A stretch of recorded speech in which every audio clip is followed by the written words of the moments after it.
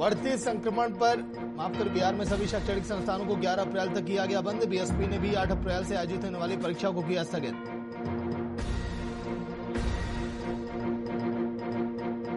मधुबनी हत्याकांड में पुलिस ने शुरू की आगे की कार्रवाई। फरार आरोपियों के घर कुर्की जब्ती की कार्रवाई के दौरान हथियार बरामद।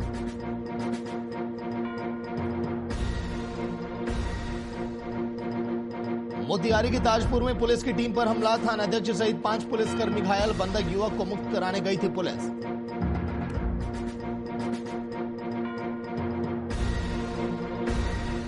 पटना पुलिस को मिली बड़ी कामयाबी। हत्याकांड में शामिल 3 अपराधी गिरफ्तार। आलमगंज में मुकेश की हुई थी चाकू से गोदकर हत्या।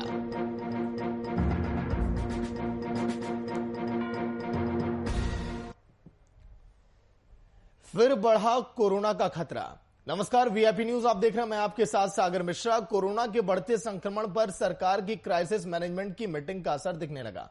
पटना के गार्डिनर हॉस्पिटल में कोरोना की टेस्टिंग के लिए लोगों की अपार भीड़ देखने को मिली, लेकिन हदें तो तब पार हो गई जब कोरोना की टेस्टिंग के दौरान लोग 2 गज की दूरी तक भूल गए। कोविड टेस्ट के सच का भी जायजा लिया हमारे संवाददाता कुमार गौतम ने, और कोरोना के नियमों की किस तरह से धज्जियां उड़ाई गई ये भी आप देखिए।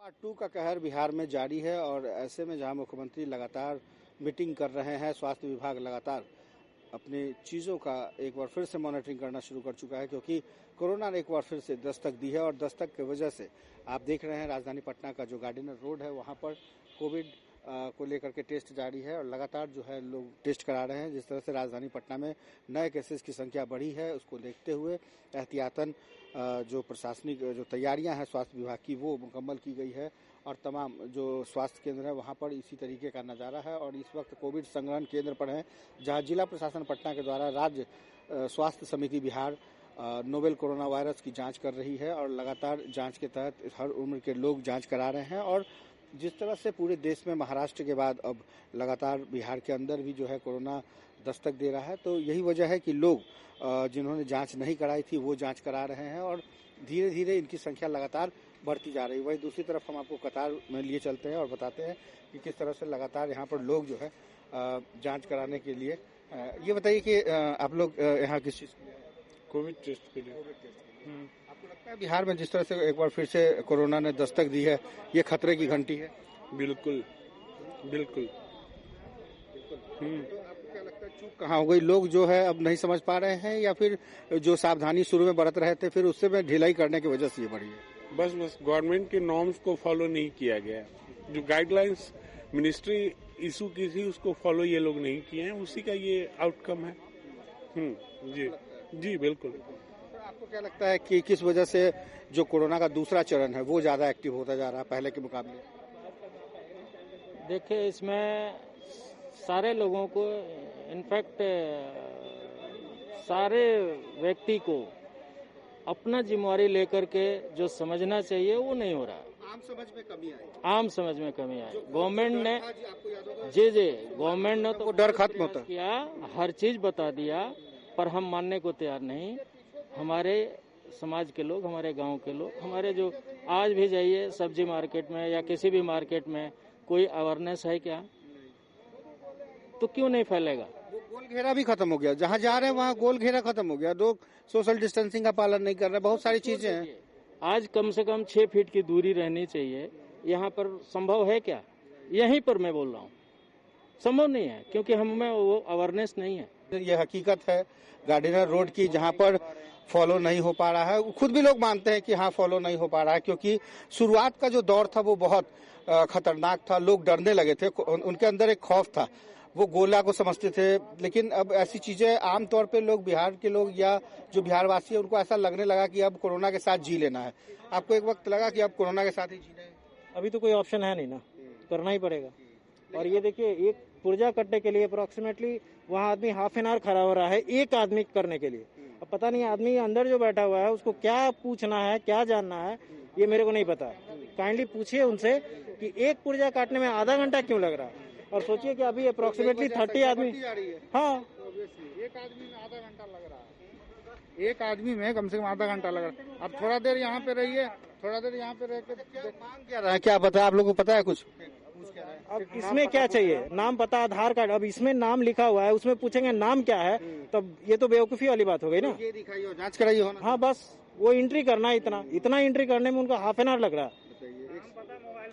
अच्छा, आपको भी आधे घंटे लग गए। क्या क्या पूछा भैया आपसे? नाम, पता, मोबाइल नंबर, एड्रेस। हाँ, तो जब आपने आधार दिया तो फिर पूछ रहे हैं? आधार का नहीं ले रहे हैं। आधार नहीं ले रहे? आधार नहीं ले रहे हैं।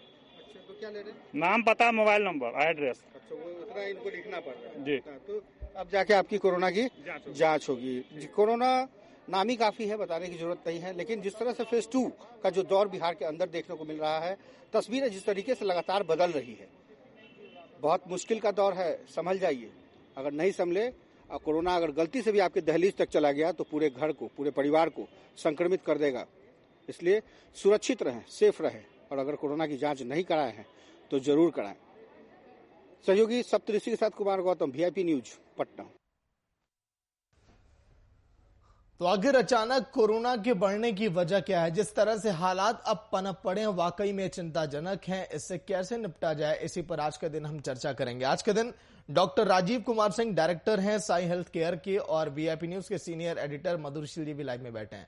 मधुर जी और डॉक्टर राजीव जी, स्वागत है आपका वीआईपी न्यूज में। सबसे पहले राजीव जी आपके पास आऊंगा। इस समय जो हालात हैं, क्या इसके पीछे नासमझी है, लोगों की लापरवाही है, या फिर वजह कुछ और कैसे निपटा जाए? राजीव जी।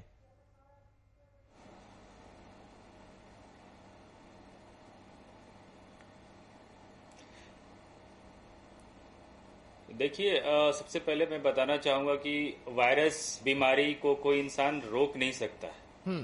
वो आने वाला है तो आएगा ही, कहीं ना कहीं से वो जनरेट होता है, और बॉडी टू बॉडी उसका जो संक्रमण की शक्ति है और संक्रमण की क्षमता है धीरे धीरे बढ़ते जाता है। तो सबसे पहले जिस तरह का ये प्रॉब्लम हमारे समाज में, हमारे देश में, हमारे देश ही क्या पूरे विश्व में ये लोग संक्रमित हो रहे हैं, उसका मुख्य कारण यही है कि बहुत ज्यादा जो भीड़ भाड़ वाला एरिया है उसको स्टॉप नहीं कर रही कहीं की भी गवर्नमेंट। अगर उसको स्टॉप करे तो हम बहुत हद तक संक्रमण की शक्ति को बचाया जा सकता है। ठीक है, लेकिन मधुर जी, इस समय जो पूरे देश भर में हालात हैं, पीएम नरेंद्र मोदी ने भी आज का दिन हाई लेवल बैठक की है, सभी राज्यों को बोल दिया है कि आप लोग अपने हिसाब से आप कड़े कदम उठा सकते हैं। तो लोगों के जहन में जब ग्राउंड पर आप जाइए तो कोरोना से अधिक डर लॉकडाउन का है, लेकिन लोग ये नहीं समझते कि दोनों का रिलेशन एक ही। अगर मामले अधिक बढ़ेंगे, लोग लापरवाही करेंगे, तब तो लॉकडाउन जैसी स्थिति आनी पड़ेगी। मधुर जी। देखिए सागर, लापरवाही का ही नतीजा है कि इस तरह से जो कोरोना संक्रमितों की संख्या बढ़ती जा रही है, रिपोर्टें सबकी पॉजिटिव आ रही हैं। अब जैसे आप बिहार में देखेंगे, कल 836 केस आए अचानक से, मतलब 360 के करीब 359 केवल पटना का ही आंकड़ा रहा। और पूरे देश का अगर आप देखें तो लाख के करीब, 1 लाख के करीब वो संख्या पहुंचती जा रही है जी। तो बैठकों के दौर से कुछ भी नहीं होगा। जो कोविड-19 के जो गाइडलाइंस हैं उनका अनुपालन अगर ठीक ढंग से नहीं होगा तो ये संख्या और भी बढ़ेगी। और आप जिस बात से देश के लोग डर रहे हैं, या आप खुद भयभीत हो रहे हैं, या मैं खुद डर रहा हूं, उन तमाम चीज़ों की तरफ जहां की आपका इशारा है लॉकडाउन की तरफ, तो अगर हम संभल कर के नहीं चलेंगे तो लॉकडाउन की स्थिति जरूर देश में बनती दिख रही है। लेकिन पीएम मोदी ने जो बैठक की और जो उन्होंने नसीहत दी है, देशवासियों को जो सलाह दिया है कह लीजिए, उस सलाह का केवल और केवल सरकारी स्तर पर ही नहीं बल्कि हर व्यक्ति अपने स्तर पर अगर अनुपालन करे तो शायद जो बढ़ रही है गति, जो संख्या में रोज इजाफा हो रहा है, और 30-40 हज़ार की संख्या में लोग एक एक स्टेट में, महाराष्ट्र की अगर आप बात करें तो आप देखेंगे कि 55,000 से ऊपर वहां की संख्या चली गई है संक्रमितों की। बिल्कुल। एक्टिव केस की उसी की तुलना में अगर आप देखें तो एक्टिव केस बढ़े हुए हैं। कई अन्य दूसरे राज्य भी हैं। अलबत्ता जिन राज्यों में चुनाव हो रहे हैं वहां कोविड-19 का कोई भी जो है गाइडलाइन पालन नहीं किया जा रहा है, और उसका खामियाजा पड़ोसी राज्यों पर भी पड़ता दिख रहा है। अब जैसे बंगाल में चुनाव हो रहे हैं, लेकिन आप देखेंगे कि जनसभाएं जो हो रही हैं पॉलिटिकल पार्टियों की, वहां कोई भी कोविड-19 का दिशा निर्देश नहीं अनुपालन हो रहा है। आप देखेंगे कि अधिकांश लोग बिना मास्क लगाए हैं, धक्का धुक्की हो रहा है, उसी में एक दूसरे से लोग संक्रमित हो रहे होंगे, क्योंकि वहां टेस्ट ही नहीं हो रहा। लेकिन वहां से लोगों का आना जाना बिहार में भी है, झारखंड में भी है, दिल्ली भी है, मतलब बंगाल के लोगों का आना जाना तमाम जगहों पर है। तो अब पड़ोसी राज्यों का असर पड़ोसी राज्यों पर उसका असर जरूर पड़ेगा।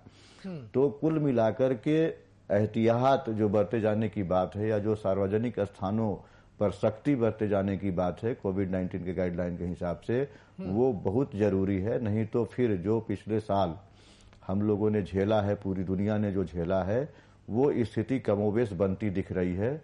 और इससे बचने के लिए बस केवल और केवल एकमात्र जो उपाय है वो वही है कि 2 गज की दूरी और मास्क जरूरी। इस स्लोगन को हमेशा याद रखना पड़ेगा। सैनिटाइजर का इस्तेमाल करना बढ़ाना पड़ेगा और सार्वजनिक स्थानों से दूरी बना करके चलनी पड़ेगी। हालांकि बिहार सरकार ने जो गाइडलाइंस दिए हैं उसके हिसाब से कल से यानी 5 तारीख से बसों में आधी सीटों पर ही लोग बैठेंगे, आधी सीटें खाली रहेंगी, मतलब अल्टरनेट सीटों पर ही बैठेंगे लोग। और सार्वजनिक स्थानों पर आपने देखा होगा बीपीएससी की भी 2 परीक्षाएं रद्द करनी पड़ी कोविड-19 के मरीजों के संक्रमितों के बढ़ते हुए आंकड़े को देखते हुए। स्कूलों में 12 अप्रैल तक छुट्टी दे दी गई है 1 से 8 तक के विद्यालयों को। तो तमाम तरह के एहतियात, सरकारी कार्यालयों में बाहरी लोगों के प्रवेश पर रोक लगा दी गई है। तो इन तमाम तरह के एहतियात बरते जाने शुरू किए गए हैं, लेकिन संक्रमितों की संख्या लगातार बढ़ती जा रही है क्योंकि अधिकांश लोग ऐसे अब भी हैं जो खुद बचना नहीं चाहते और खुद की वजह से दूसरों को भी संक्रमित करने से बाज नहीं आ रहे। तो वो संभलना पड़ेगा और जो दिशा निर्देश हैं भारत सरकार के हों, चाहे सामाजिक स्तर पर हो, चाहे मेडिकल के स्पेशलिस्ट जैसे राजीव जी बैठे हुए जो ये सलाह दें या जो चिकित्सा विभाग सलाह दे या राज्य सरकार जो सलाह दे, उस परामर्श को, क्योंकि वह परामर्श आपके लिए ही है, उसका अनुपालन बहुत ही जरूरी है। तभी आपका जीवन भी सुरक्षित रह सकेगा। सागर लेकिन डॉक्टर राजीव, क्या इस समय जो बेड की संख्या में कमी देखी जा रही है, अगर इसकी संख्या नहीं बढ़ाई गई तो आगे बहुत बड़ी परेशानी आ सकती है बिहार के सामने? और जो इस समय हालात हैं इससे कैसे निपटा जा सकता है, लोगों को क्या सावधानियां बरतनी चाहिए, ये भी बताइए राजीव।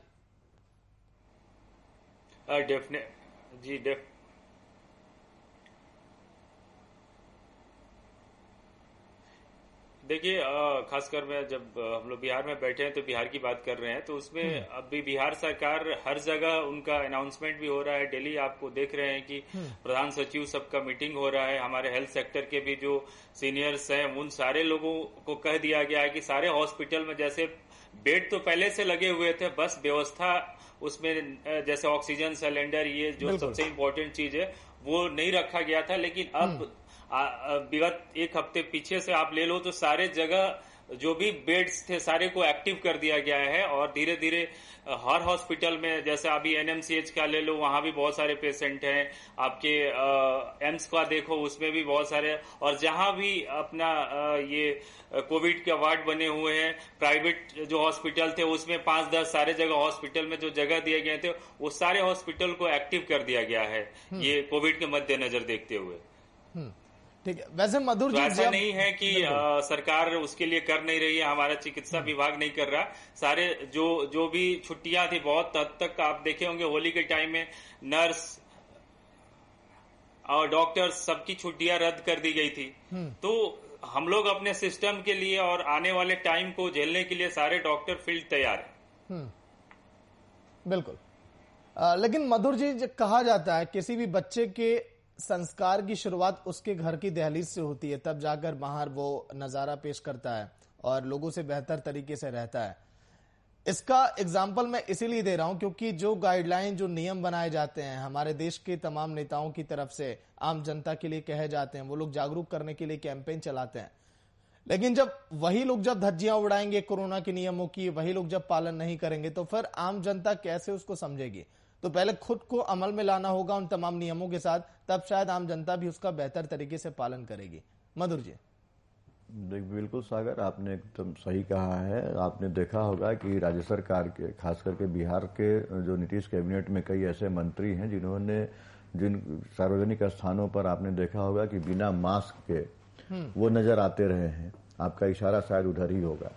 और आप देख लें, कई ऐसे सार्वजनिक स्थलों में बड़े बड़े अधिकारी जो हैं राज्य के, वो बिना मास्क के नजर आते रहेंगे। तो ऐसा नहीं है कि कोविड का संक्रमण अगर बढ़ेगा, सार्वजनिक कार्यक्रमों में आप शिरकत करेंगे और वहां जाएंगे बिना मास्क के, तो आप मंत्री हैं इसलिए आप बच जाएंगे, या आप अधिकारी हैं इसलिए आप बच जाएंगे।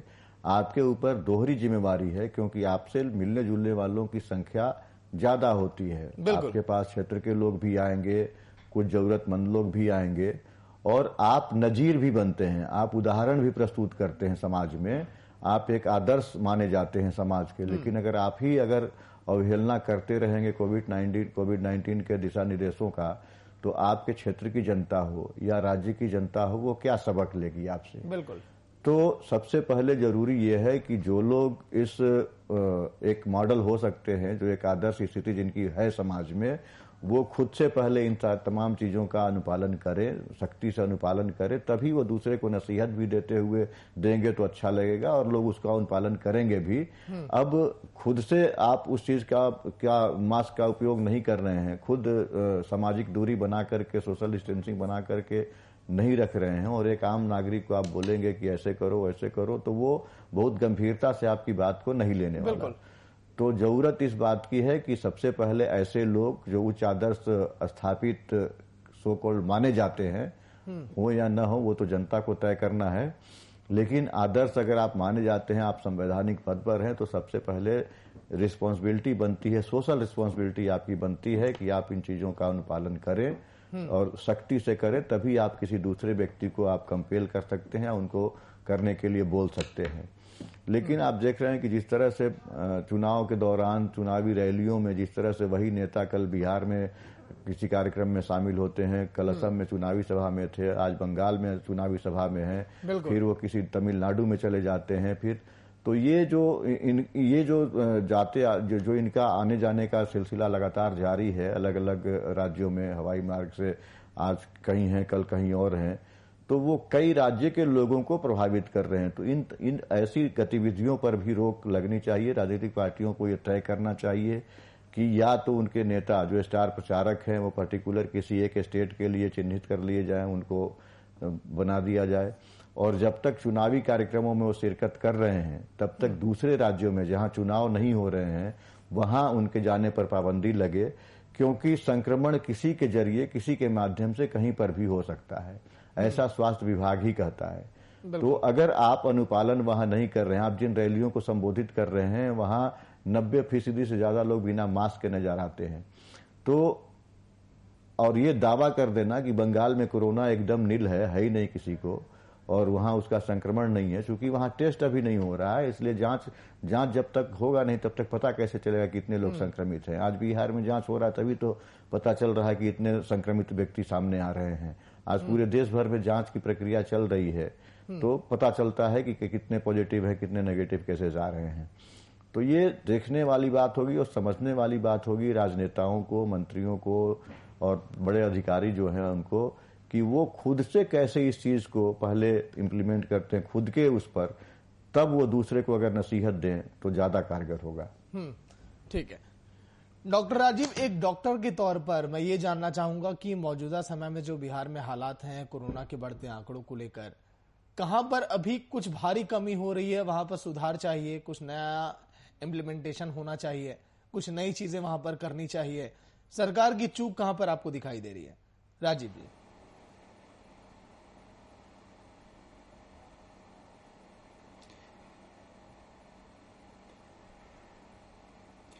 देखिए, जहाँ तक हम अपनी बातें करूंगा, क्योंकि मैं खुद उसी ट्रैफिक से आता हूँ और देखता हूँ सरकार की जो भी व्यवस्था है, कहीं ना कहीं जो जैसे अभी जो सब्जी मंडी वगैरह वाला एरिया जो पहले होता था कि एक टाइम दे दिया जाता था, टाइम स्लॉट में जाना है, बाकी टाइम उसको रेस्ट दिया जाता था, एक साथ बहुत सारे लोग नहीं वहां नजर आते थे।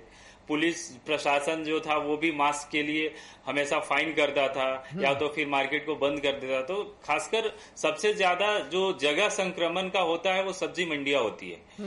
कोई जैसे मॉल हो गए जहाँ पे बहुत सारे लोग जाते हैं, मार्केट है जहां बहुत सारे लोग जाते हैं। अगर सारे लोग अगर अपने तरीके से कि मास्क अगर जो भी नहीं पहना है तो उसको सब्जी वाला भी सब्जी न दे, तो धीरे धीरे ये जो प्रचलन अभी कुछ दिन पहले से मास्क का खत्म हो गया था वो फिर स्टार्ट हो जाएगा।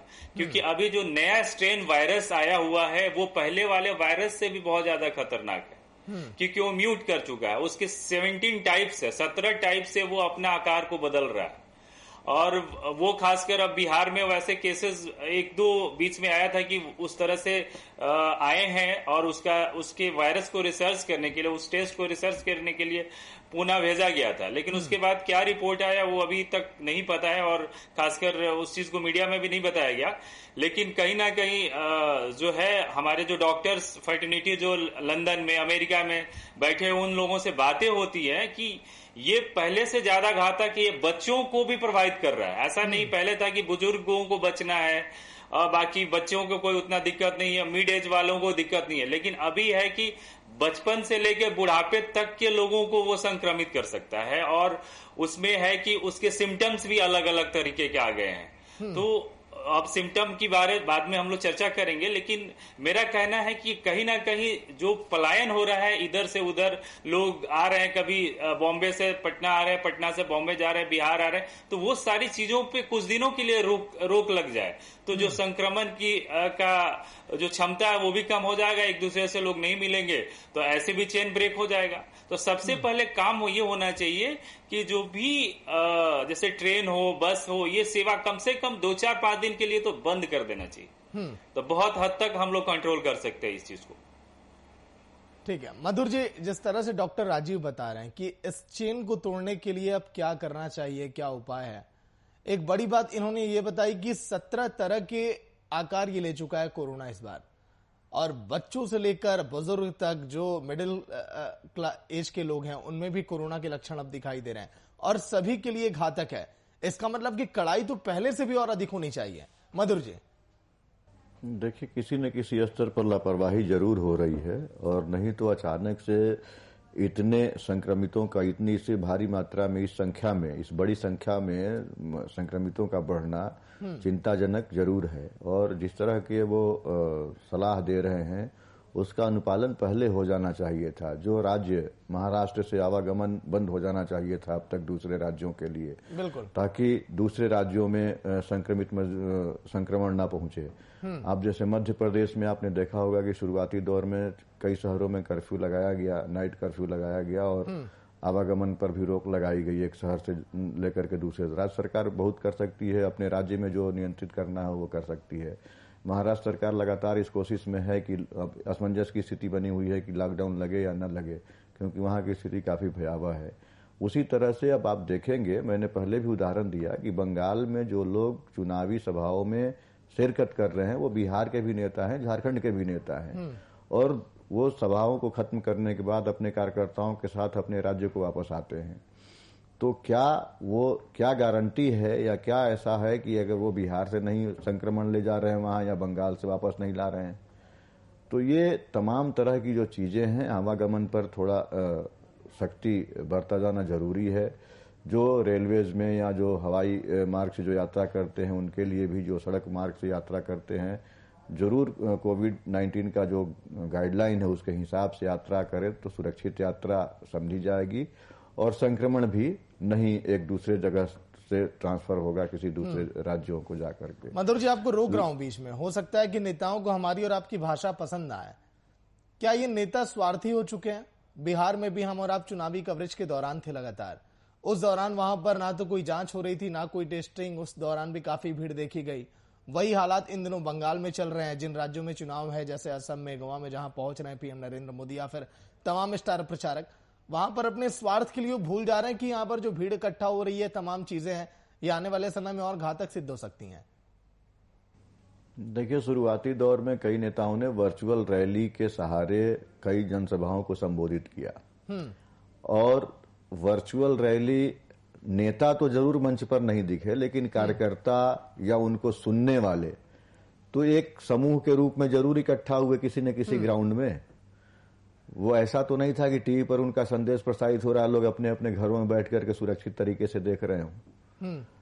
तो वर्चुअल रैली भी बहाना, नेता का केवल अपना एक बहाना है। और आपने ठीक कहा है, नेता स्वार्थी होते ही हैं।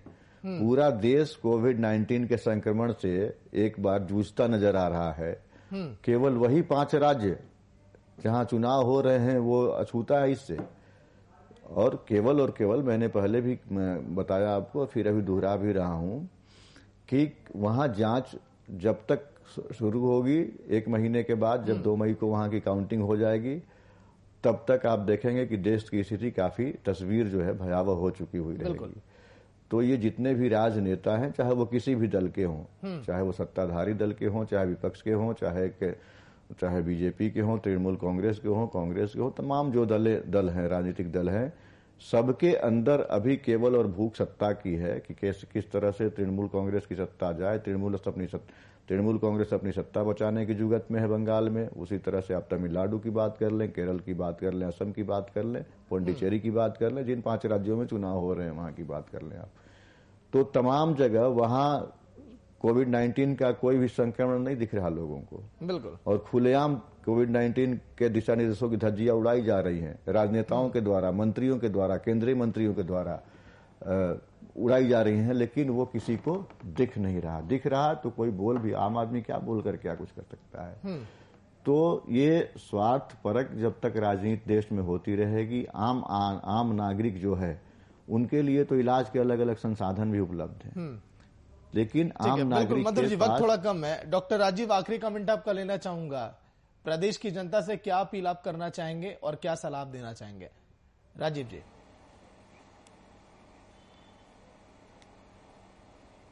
जी, देखिए, मैं तो यही कहूंगा कि मास्क, अगर आपके सामने वाला आदमी मास्क में है और आप मास्क में है, तो संक्रमण की जो क्षमता होती है वो 0% हो जाता है। तो आप सोच सकते हो कि सिर्फ मास्क ही आपके पास है जिससे आपको बचाया जा सकता है, आप अपने परिवार को बचा सकते हैं। साथ साथ में जो भी भारत सरकार का गाइडलाइन के अकॉर्डिंगली जो हम लोग टीका ले रहे हैं, जो वैक्सीनेशन हो रहा है, वो कोशिश करें कि मैक्सिमम लोग लें। बहुत लोग इस डर से नहीं ले रहा है, कहीं कहीं भ्रांतियां फैलाई जा रही है कि नहीं ये कारगर नहीं है, इससे और बहुत सारा नुकसान हो सकता है। तो ये एकदम माइंड से हटा देना है कि नहीं, उससे नुकसान नहीं होगा। अगर वो फायदा नहीं करेगा तो नुकसान नहीं करेगा, एक चीज एकदम ध्यान देना है। और जहां तक रिसर्च है, ऐसे भी कोई भी मेडिसिन और कोई भी इंजेक्शन विदाउट रिसर्च का नहीं बनता है। ये बहुत बड़े बड़े साइंटिस्ट जो लग के इस चीज का निर्माण करते हैं, तो ये एकदम सोच के रखना है कि ये आपके बुद्धि से ज्यादा लोग लग के ना इसको बनाए हैं। तो कहीं ना कहीं आप इसी वैक्सीनेशन से अपने आप को बचा सकते हैं, चाहे 6 महीना बचा सके या 1 साल बचा सके, लेकिन आपको वैक्सीनेशन बचाएगा। इसलिए आप सबसे ज्यादा ये कोशिश करें कि अपने परिवार के सारे मेंबर, साथ में जो आपके आस पड़ोस के लोग हो, उनको आप जागरूक करें कि वैक्सीनेशन जाके जहां भी हो रहा है डॉक्टर राजीव, जागरूकता बहुत जरूरी है, तभी जाकर लोग समझ पाएंगे और हम कोरोना से जंग जीत पाएंगे। बहुत बहुत शुक्रिया डॉक्टर राजीव आपका वीआईपी न्यूज के इस चर्चा में शामिल होने के लिए। मधुर जी, आपका भी शुक्रिया। जिस तरह से पूरे देश भर में कोरोना का कहर लगातार जारी है, हालात इस समय बिगड़ चुके हैं और इसी पर कंट्रोल करने के लिए लगातार बैठकों का दौर जारी है और कोरोना से जंग जो हम जीतने के करीब थे वो फिर से हमसे दूर चला जा रहा है। तो इसलिए सतर्क रहिए, जागरूक रहिए। नमस्कार।